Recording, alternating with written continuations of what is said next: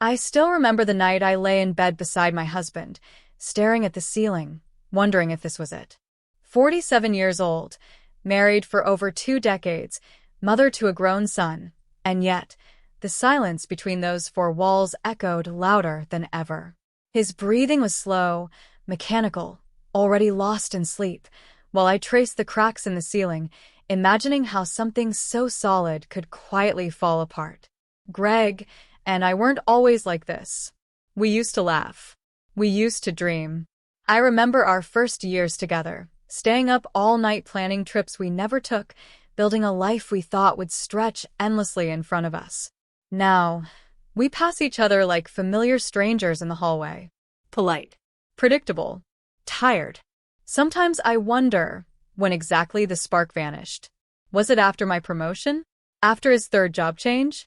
Or maybe after our son grew up and no longer needed bedtime stories or help with his math homework?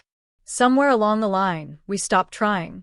I work as the chief assistant to the head of a cleaning company. Not the most glamorous title, but it pays well and gives me purpose.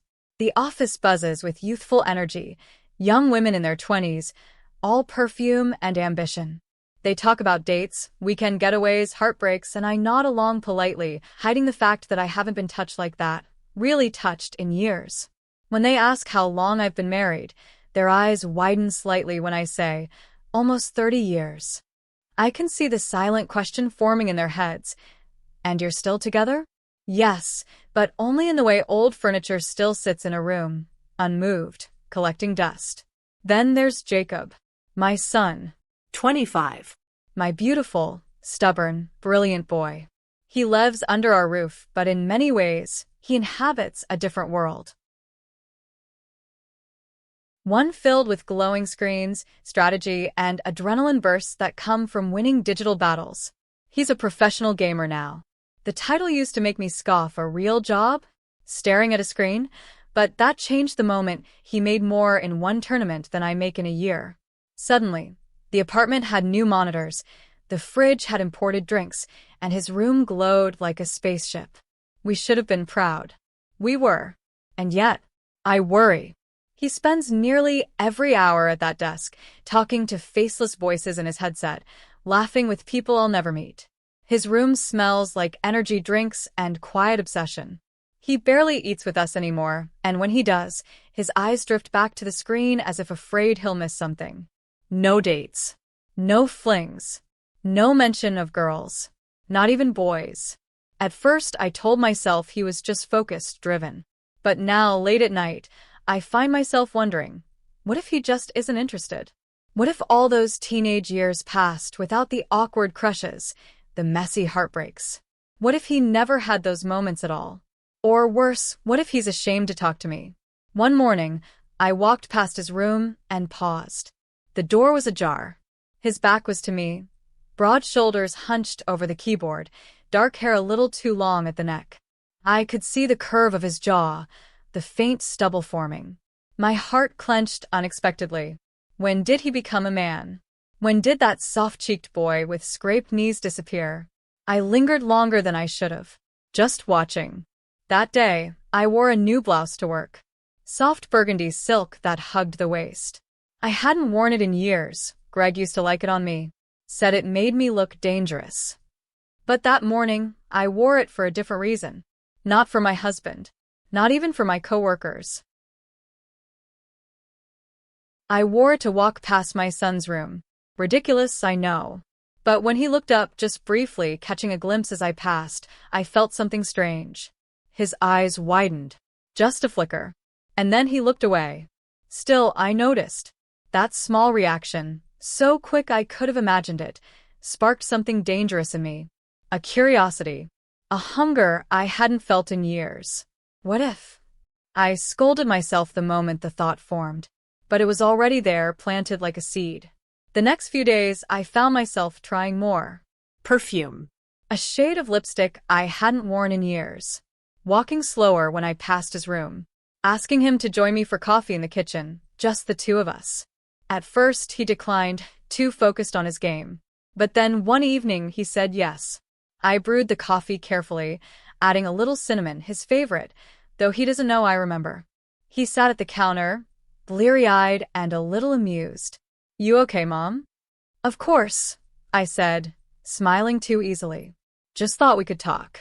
"About what?" I hesitated. What could I say? "Are you lonely? Are you uninterested in girls? Do you even look at women?" Instead, I said, "Just miss you, that's all." He softened. "I'm still here." But that's just it. He wasn't. Not really. That night, I sat in my room and stared at my reflection. I still had curves. My waist wasn't as tight, but I had hips and a softness that age had only deepened. My hair, long and chestnut, still held shine. I wasn't young, but I was womanly. And I wanted to be seen. Not as a mother. Not as a wife. As me. I crossed a line that night, I know I did. I walked to his room. I didn't knock. I stood there in my robe, holding a plate of his favorite cookies. "I thought you might want a snack." He turned, surprised. Thanks." He reached out, and our fingers brushed. Just for a second. But it was enough. I felt it then. A current. A flicker of something he didn't say aloud. He looked up at me. And he didn't look away. Not this time. He didn't look away. That's what stayed with me. The flicker in his eyes when our fingers brushed. The way his gaze held mine, not out of confusion, not even embarrassment, but something else. Something I didn't dare name yet. I stood there in the soft hush of his glowing room, the only sound coming from the hum of his PC and the muted chatter of voices still echoing through his headset. He reached up and pulled it off, tossing it gently onto the desk. It was only then that I realized how quiet everything became. How present we both were in that moment. I could have turned around. I could have left the cookies on his desk and walked out like any normal mother would. But I didn't. Instead, I took a step closer. His eyes were still on me, curious now but unreadable. He was trying to figure out what I was doing. Truthfully, so was I. I tilted my head toward the screen, at the dozens of windows and icons I couldn't begin to understand. "This is what you do all day?" I asked, lightheartedly, with a smile that didn't quite reach my chest. He chuckled softly. "Pretty much. And it's fun." He nodded. "Yeah." "It's not just playing, there's strategy, teamwork, precision. You kind of have to be good at everything." I laughed a little, raising an eyebrow. "So it's like war, but with keyboards and flashing lights?" His mouth twitched. "More or less." I watched the screen for a moment, just to give myself time to think, then turned back to him. My voice was light, almost teasing. "Teach me." He blinked. "What?" "Teach me to play." I repeated, then, without waiting for his answer, I stepped forward and, before he could move or protest, I slid into his lap, settling into the chair, right on top of him. On his arms. His hands were still resting on the keyboard, now pinned beneath my thighs. The warmth of his body pressed against me, solid, real, completely still. I burst into a small, nervous laugh. "Oops," I said, twisting slightly to look back at him. "No room for two in here?" He was motionless. Frozen. But he didn't push me away. His breath caught for a second, just audible enough for me to notice. "No one's ever sat here before," he said quietly. "Really?" I asked, my voice soft now, less playful. "Not even a friend? A girlfriend?" He shook his head slowly, the faintest flush coloring his cheeks. "No." The answer felt heavier than I expected. Not because of what it meant, but because of how he said it. Like he was admitting something he hadn't even told himself yet. I looked at the monitor again, the flashing game waiting for someone to make a move. "Okay, so what do I press?" I asked, settling deeper into the seat, pretending not to notice how close we were. My robe slid slightly at my shoulder. His breath stirred the loose strands of hair at the nape of my neck. He cleared his throat. "You use this key to move forward, and that one to jump. You shoot with the mouse." I tried pressing the keys, but my movements were clumsy. Deliberately so. He reached around me, adjusting my fingers, guiding my hands gently. And for a moment, Our bodies moved together in perfect sync, his chest against my back, his arms enveloping mine. I could feel the strength in him, the quiet steadiness. It had been so long since I'd been touched with that kind of care. My pulse raced. He said something about reloading and cover, but I barely heard it. My mind was elsewhere. My body, fully aware of every inch that separated us, and the ones that didn't. I turned slightly, just enough to see him from the corner of my eye. He was staring at the screen, jaw tight, completely focused, but not on the game.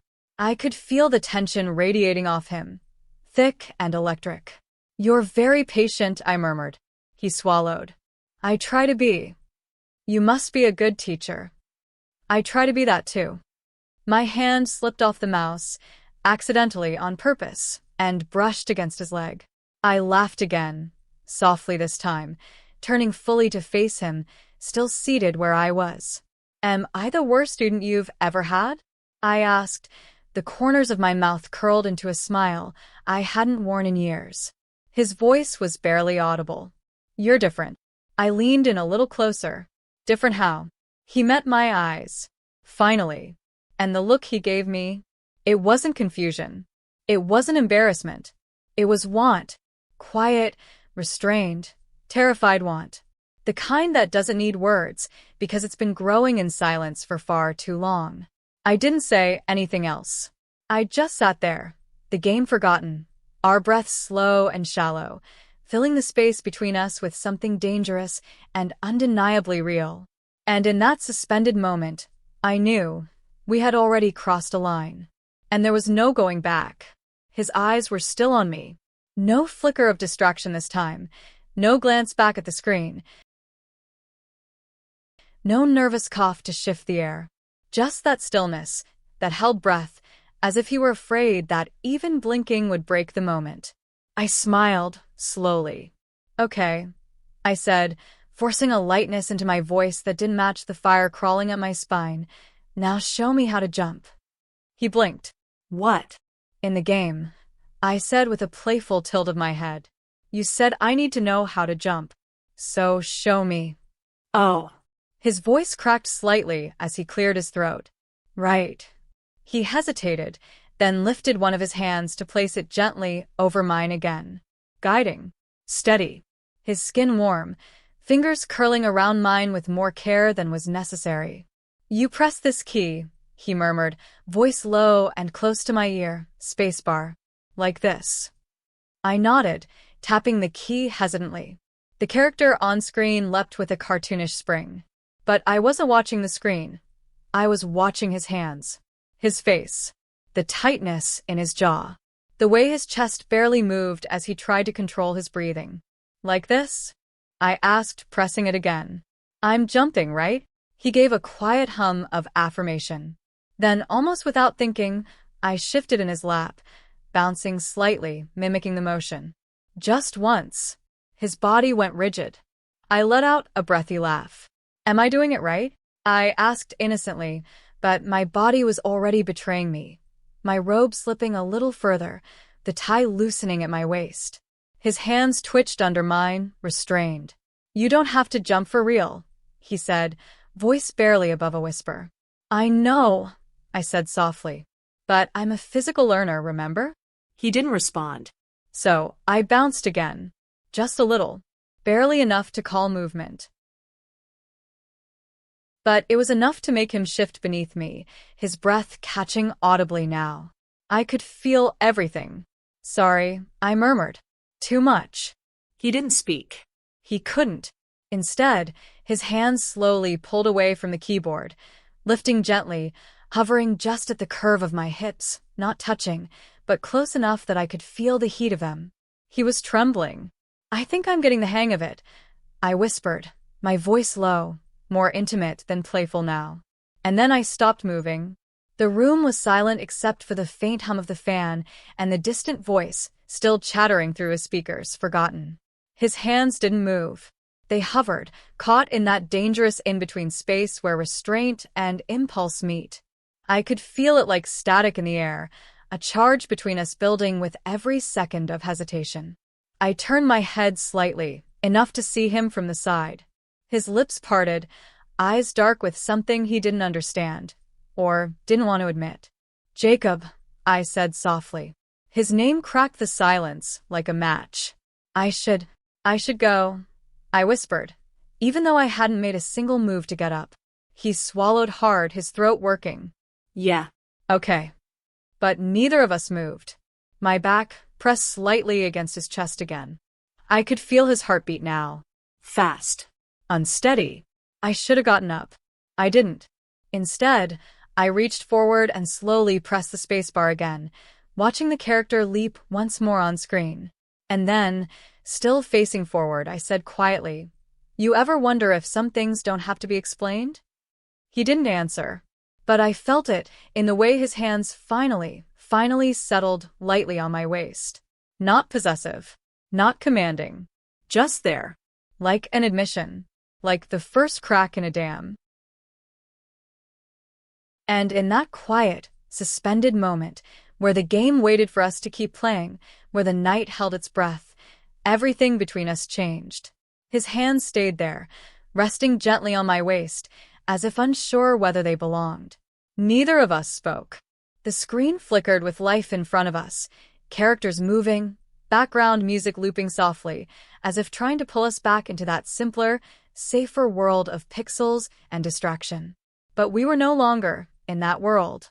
We had crossed into another, one made entirely of stolen glances, held breaths, and fragile, trembling stillness. I could feel him behind me, every rise and fall of his chest, every tiny adjustment of his breath. It was like sitting on the edge of something I didn't fully understand, but couldn't turn away from. And then, slowly, without even deciding to do it, I leaned back. Just a little. My cheek brushed against his shoulder. He froze. I didn't speak. Didn't explain. I just let my head rest there, sideways, like it was the most natural thing in the world. Because, at that moment, it was. A warmth filled my chest, something softer than desire, deeper than curiosity.